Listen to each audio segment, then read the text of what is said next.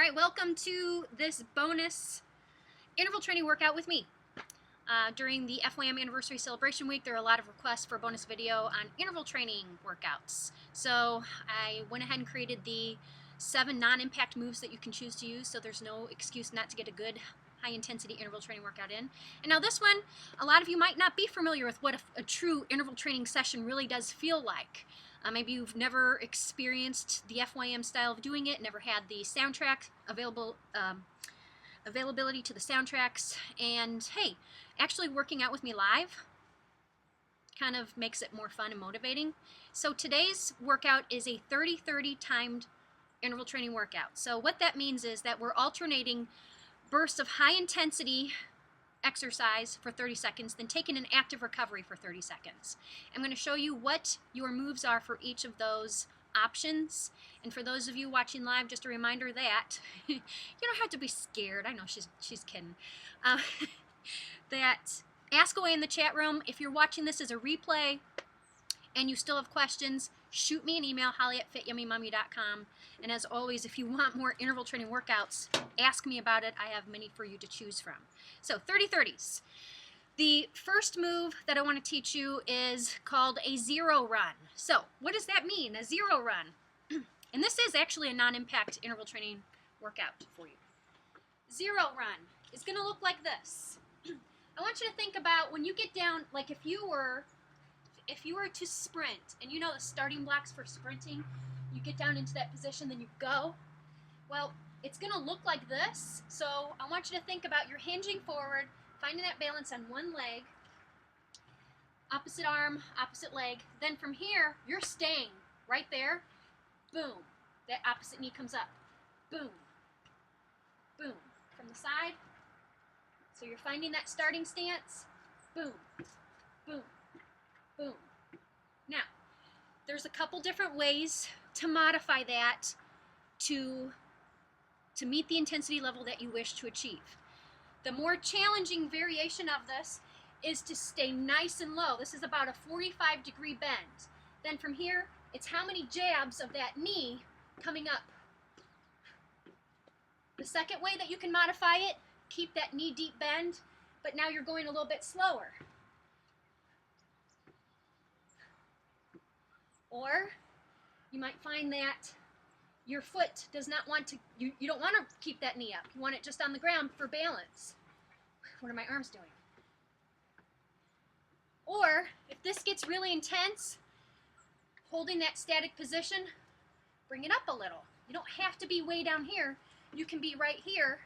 So same thing. You can either go to toe or knee.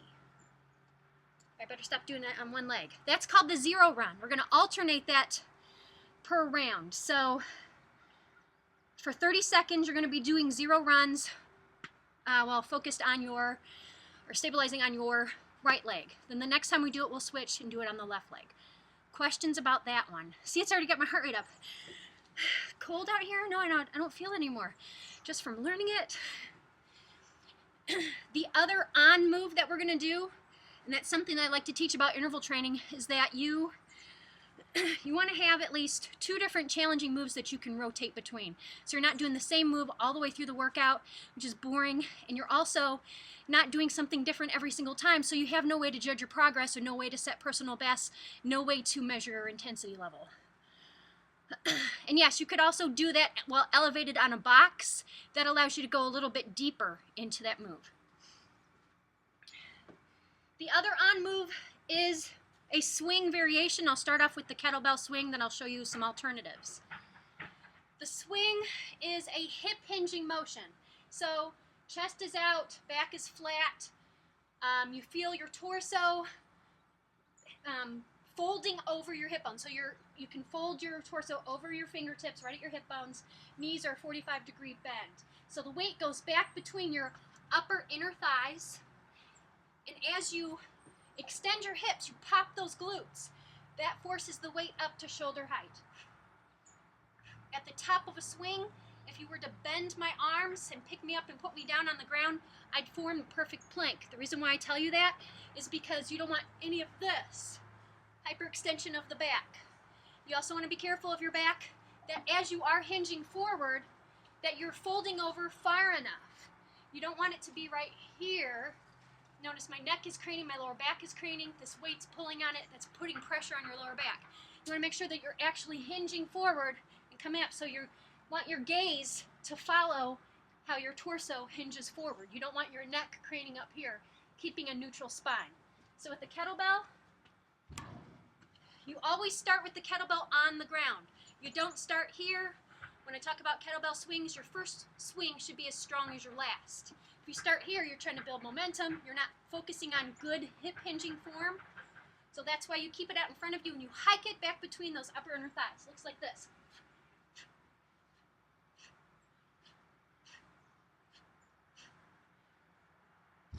One more tip about kettlebell swings. Remember, the force is coming from your posterior chain. Everything back here is what's working to propel that weight up to shoulder level.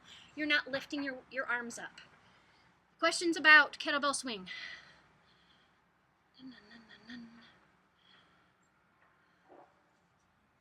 Oh, and going back to the zero runs, absolutely.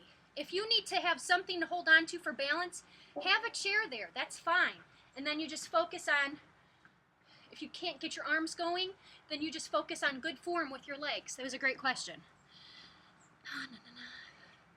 Oh yeah, and zero runs will fry your glutes. That's a good way to put it. Okay, so kettlebell swing, or if you don't have a kettlebell, you can always use a dumbbell doing the same mechanics.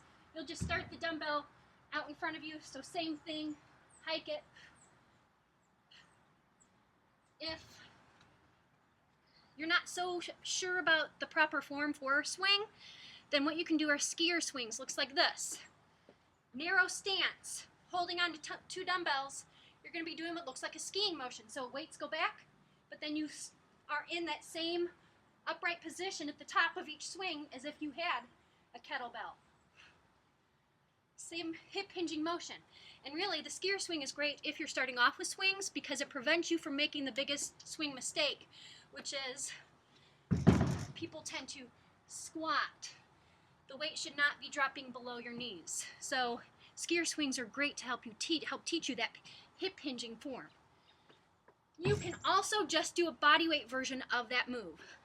So this is what I love about interval training. There's so many variations. You just have to pick the ones that you love doing and that keep you challenged. So same thing. Or if you want to make it more intense,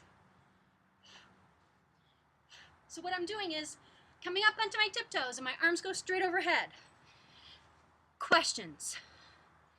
Because next I'm going to tell you about what you can do during your active recovery periods. This is where a lot of moms make mistakes. They try to keep their heart rate elevated. No, take a break. Even if it's just walking to get a drink of water. You're going to have 30 seconds to recover, so when we come back to do one of those intense moves, you can give it your all. You haven't burned yourself out. So, anytime I talk about active recovery, please know there is no shame in just doing this. And for those of you who followed live interval training workouts with me before, I've resorted to that in order to give my all where it counts. Active recovery periods are not where you're giving your all. This is where you truly have to allow yourself to bring it down in order to bring it back up. So, marching in place. With these two, I'm thinking I may do, you can always do a toy soldier, but with the zero runs, if that's too much with hip flexors, skip that. One thing I like to do is a prisoner hip hinge, so hands behind the head, you're hinging forward, soft bend in the knee. So I might be doing those. See, I say might because after I go through a couple rounds, I might be like, I would like to modify that. I also like to do windmills. So one arm is extended, toes point away from the arm that's extended. You're hinging, making a T, looking up at the fingertips, coming up.